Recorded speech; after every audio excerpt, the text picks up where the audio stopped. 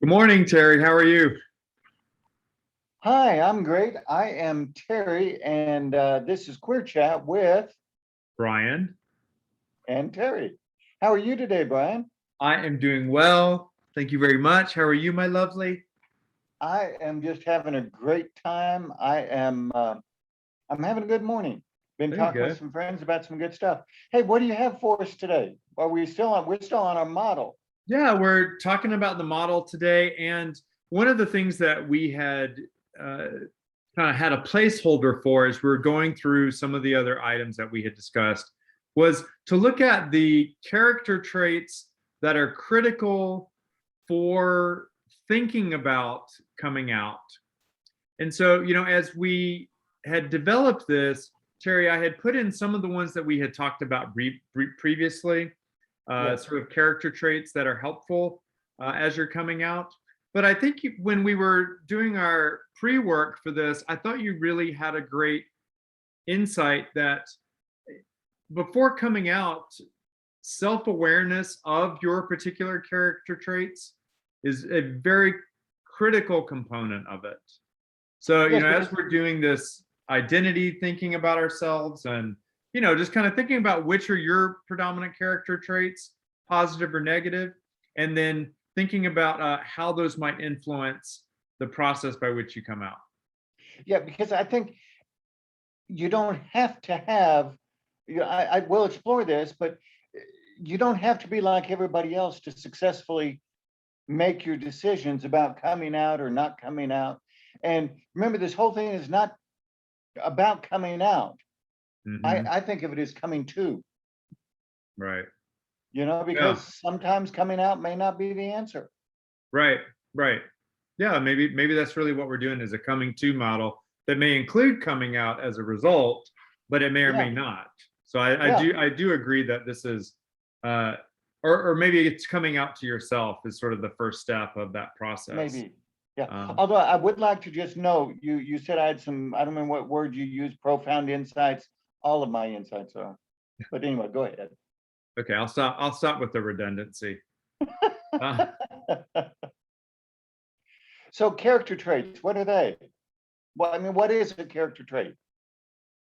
so a character trait is it's hard, without sort of almost having being tautological in this regard and saying it's a trait of your character. But I think it's an aspect of your behavior, your attitude, your person, and we generally think about this as something that makes up your personality, your character, who you are as a person, and here we're talking about character traits that are not something like, well, I'm tall or you're gorgeous or traits like that may be sort of more of a physical trait. We're talking more character personality wise here. Yes, and the traits may be given or they may be developed. Hmm. Um, but the key here is looking at how does it impact on this process for each of us individually. And for each of us, it'll be different. And so my traits are just fine. Your traits are just fine. Right. Every other person's traits are just fine. And we may see something that we'd like to develop, Right. or we may Right. see something we'd like to tone down. Right, exactly. Yeah, Yeah. and there's not a right or wrong answer here.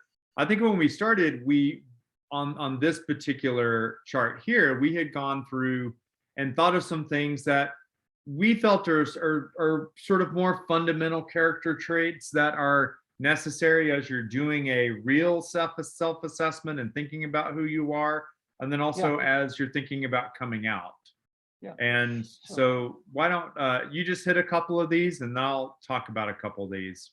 okay. Well, I'd like to start with self-awareness. And as we think about this, for me, it's not the self-awareness itself that we're talking about as much as it is the capacity for self-awareness. Okay. Because when we start this, by definition, we're not self-aware. Right. And there's a certain degree of throughout our whole lives in which we're not self-aware. I mean, life is a growth process. So um, self-awareness is being able to understand who I really am. It's like the old Johari window where you have what I know about myself, what you know about me, what we both know about me, and what neither of us knows about me. Okay. And um, the self-awareness is trying to expand that block Hmm. that allows for me to have as much insight into what makes me tick, who I am, what's important to me. Right. Um, and that's non-judgmental. Right. That's a critical part of this. Right. Self-awareness is non-judgmental. Okay. And so I don't look at myself and say I'm this and therefore it's bad. Hmm. Okay. Okay. Um, self-acceptance is positive judgmental. Hmm. It's not negative judgmental.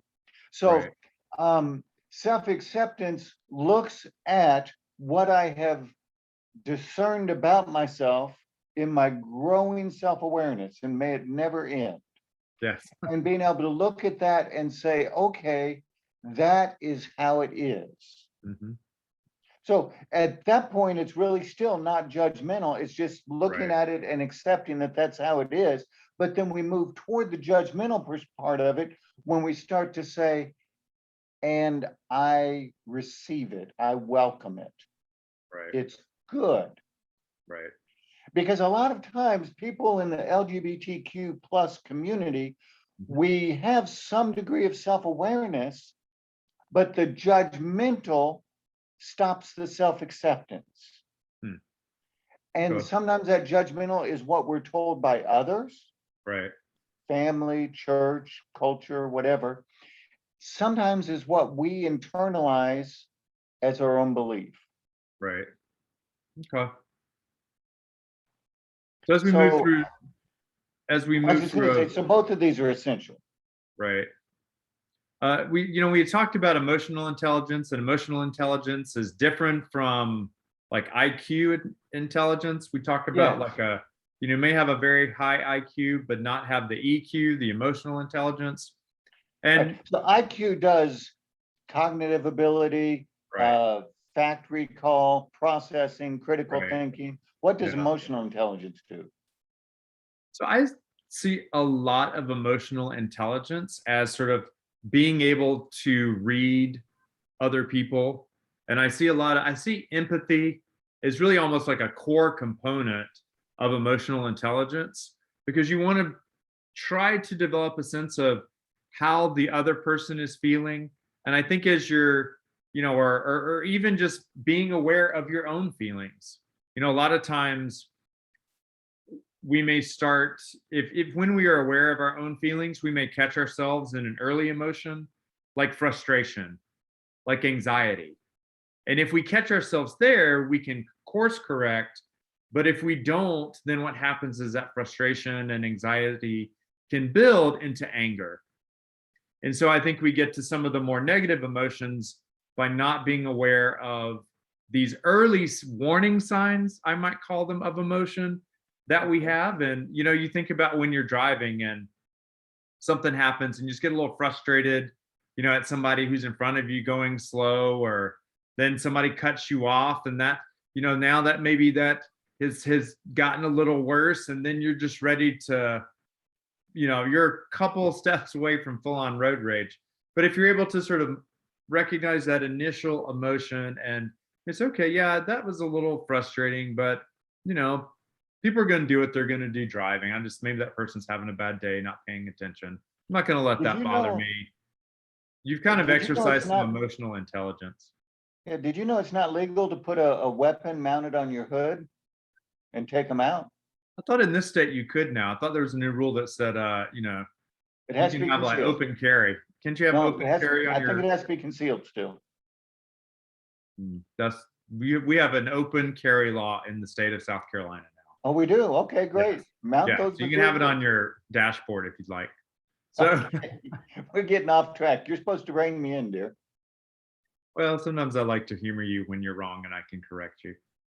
So Okay. So emotional intelligence then, are there bad emotions? Is that what you're saying? yeah, we definitely have some bad emotions, or we'll not judge them necessarily as bad, but you and I were talking earlier, and just some character traits that are viewed as negative. Greed, anger, impatience, being rude, being mean, wicked.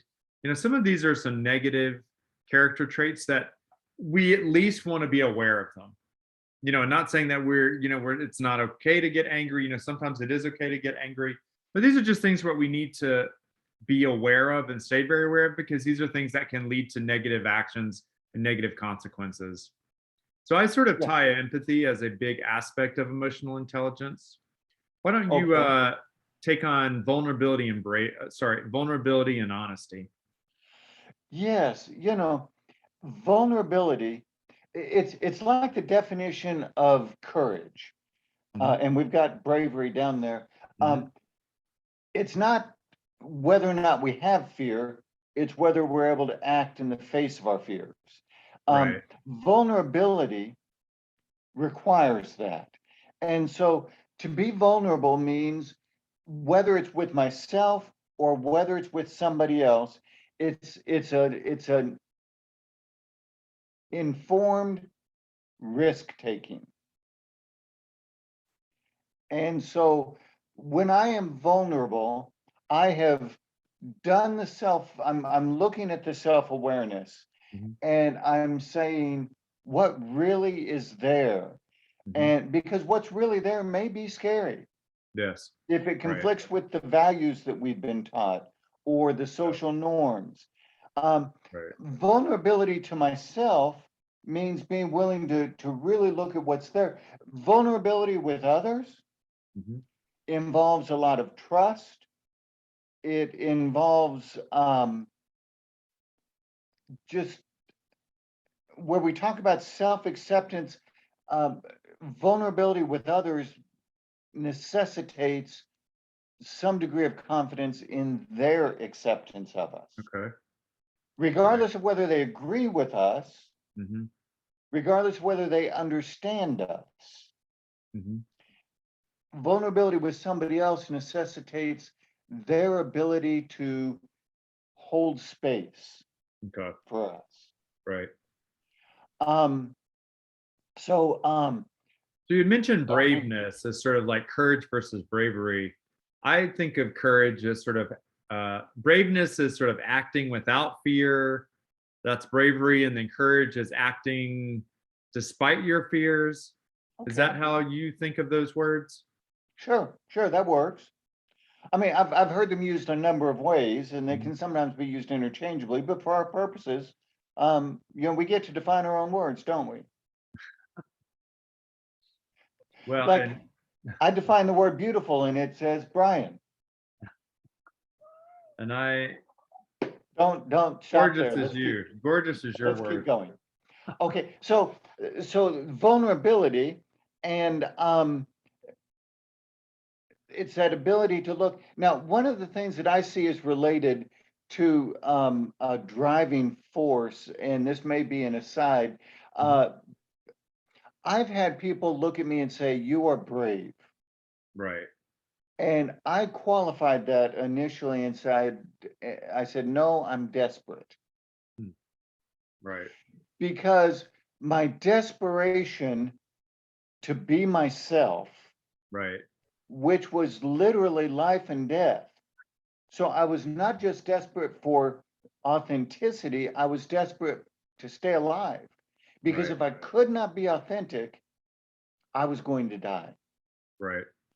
And And I think that's so, really interesting. I've seen like an Instagram post where someone was saying that being transgender and dressing and acting and expressing as the gender to which as your actual gender should be, that is not brave. That's just being who you are.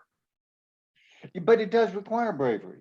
It's So, yeah, it's like a double-edged sword in that regard. It does require yeah, bravery to do that, but like you're saying, the actual act of doing that sometimes, it's just, you just have to do it. And, Yeah. I think coming out for me was a similar thing of like, well, if I didn't do it, then the alternative was I just wasn't going to be here. Exactly. And so I used to, for example, I would go to the VA clinic Hmm. in Hampton, Virginia, where I live, Okay. and I would go there dressed in film, Okay. but I was not yet out to everybody. Okay. And so there was this giant, giant lobby, Right. had half a dozen clinics around it. Okay. And as I walked in, there was a wall with a greeting station, and I would peer carefully around that wall before I committed myself to the room Okay. to see, and I would scan the room to see if there was anybody I knew Hmm. because I was afraid and I was cautious. Hmm. Right. And in a sense, I was smart. Yeah. And if there was somebody I knew, my plan was to back out quickly, hopefully before I was seen, and go around the back. Huh. Okay. But do you know what that does to you when you allow yourself to be forced to go around Wow. back? You certainly compound the shame, and Yes, it's just becomes more and more like, it's one thing for other people to hate you, but for you to hate you, yes, the whole next level of damage. that's right. And not only that, the Starbucks was in the part of the lobby that I would have to miss. Why? You should have just led with that. Okay. Anyway, so desperation is a part of it, or that, this driving compulsion for authenticity, and this desire for life and for being, um, but it requires some degree of bravery and courage to implement. Right. So we're not devoid of those, and those are things that, um, on the opposite side, maybe we might think not just of fear but of anxiety. Hmm. And so somebody that is not ready or can't bring themselves to go public, Mhm. um, they may be suffering from a number of things: panic, anxiety, Mm. a number of different types of psycho-emotional things going on there. Mhm. Um, and so, it's not just of to say that somebody who is not ready to make that step is a coward, Mhm. or that they lack that kind of commitment that desperation indicates. Right. Mm. It's to say that they're dealing with a lot of stuff, and it doesn't matter where you put yourself on this entire model. Inherent in the model is the wonderful ability to deal with a lot of stuff Right. simultaneously. Right. And it may be disparate. We maybe not be consistent. What I'm doing on this part of the model may not be consistent with what I'm doing on that part of the model. Right. Hmm. And so we want to be careful. Again, the judgmental, non-judgmental paradigm is an important thing to keep in the back of our minds all the way through this. Um, so you tied empathy to emotional intelligence. Tell me about the compassion. Is that toward myself, toward others? How does that the same as or differ from empathy? Well, compassion is, I think of empathy as sort of just registering and acknowledging and understanding someone else's, being aware of someone else's emotions. Whereas I think a lot of times our empathy leads us to compassion. And so compassion is where I think we take that next step towards not only just sort of recognizing, but maybe towards understanding and wanting to serve the person who is in need. And I think the compassion is towards ourselves. And that's why I've sort of moved it over here to be, uh, connected with self judgment, self acceptance. So I think I would probably like connect these two particular traits, because I do think that they're important: self-acceptance, non-judgmental, compassion. Um, but as Okay, we talked about before, you could probably connect all these things on some level. But we're right. just trying to group, I think, some of the ones that we think are the most related. There's an interesting discussion that exists about the comparison and the contrast between empathy and sympathy.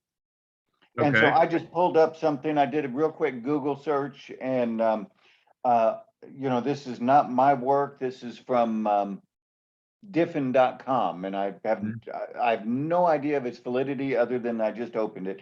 It says that empathy is the ability to experience the Okay. feelings of another person.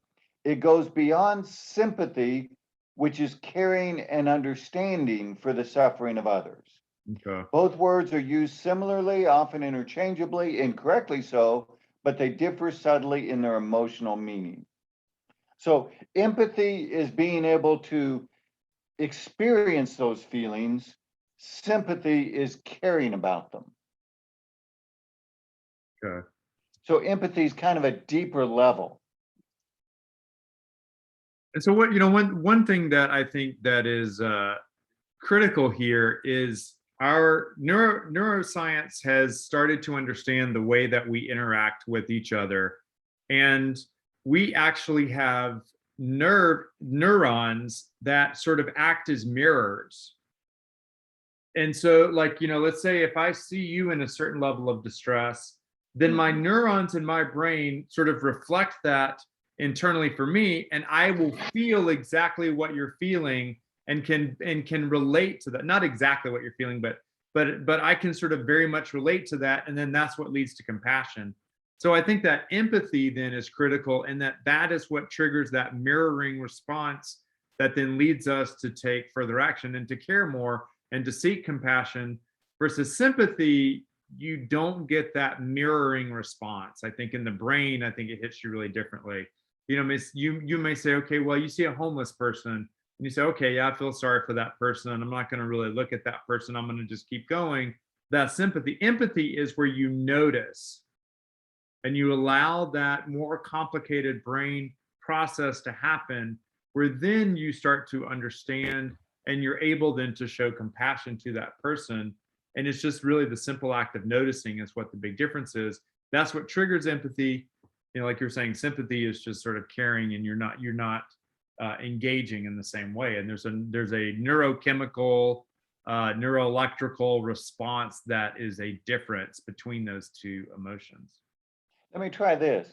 Sympathy looks at that person and says, "What a shame." Hmm. Empathy looks at that person and says, "What a person." Yeah. Compassion looks at that person and looks at myself and says, "What person am I going to be? Mm. Okay. What am I going to do?" Right. So Yeah. I can look at somebody who's homeless, and I can say, that's just a shame. They're not going to be healthy. They're not, they're Right. suffering from the environment, et cetera, et cetera. I can look at them with empathy, and I can say, there's a good chance that they suffer from mental and emotional illness. Mm. Their addictions are no different than mine. Right. I have addictions as well. And so mine are no better than theirs, or vice versa. And so then the compassion would be to say, not just to give them $1 or two or to buy them a hamburger, but to find a way to um, make a decision about entering into Mm. some form of action. Yeah. Let's connect this to our topic at hand and talk about then the coming out experience. How Okay. would you see empathy versus sympathy versus compassion kind of working Ah, in the coming out experience? And I'll just give one thought I had on that while you're thinking through your response, is that a lot of times we have struggled with our identity, with other values that it may seem to conflict with, a lot of religious values that we may have. And we've gone through this long process. We come out to someone and we hope, expect, want them to be there with us immediately. Yes. And so I think part of when I think about empathy and compassion is recognizing that it's been a journey for me and it's taken me a long time to get here, and sort of Yeah. maybe giving space to that person I come out to, and recognize that, their first response may be stupid. It may be bad, but just giving them some grace in that, they're hearing this maybe for the first time and dealing with it for the first time. So Yes. how do you think about empathy, sympathy, compassion? And then I think we can wrap up this particular aspect of our discussion for today. Okay. I think, it's worthwhile to wrap into it the perspective that we have as somebody who is LGBTQ, Mhm. as well as somebody who is an ally, perhaps, Okay. and our perspective toward ourselves and our perspective toward others. Okay. And so you have an excellent point there. So sympathy can be very broad. Mhm. And so the person to whom I come out or I come to, whether it's myself or whether it's another person, sympathy says, yeah, that's got to be tough. Mhm. I just can't imagine what you're going through. Mhm. It has to be scary. Mhm. And that acknowledgement by itself is good. So as we differentiate, we're not making tiers of good versus bad levels. Right. Um, Right. so sympathy is a good thing. Right. Right. Um, and it's like the first step in understanding. Right. And nobody ever takes the second step without that first step. Right. So then empathy begins to um, it begins to share the emotional feeling. It's a bonding. And this ties back into, as we look at self-awareness and self-acceptance, that's Right. when I'm sharing it with myself rather Okay. than rejecting it within Okay. myself. And then when I look at you or somebody else Mhm. and I see where each of us is, and without making judgment, I relate to where an individual is Mm. in a loving manner. Right. And so there are people who I know that, I mean, they are just completely living their lives as they are. Um, I'm still I'm self-conscious, Yeah. and I mean, I'm living life. Mhm. I'm me 24/7, Right. but sometimes I'm self-conscious about it. Yeah. And then there are others who are self-conscious and not expressing. Mhm. So compassion then is being able to look at myself Okay. or being able to look at somebody else and say, I get you. I know where you are. I value you. Mm. And I'm not going to judge you.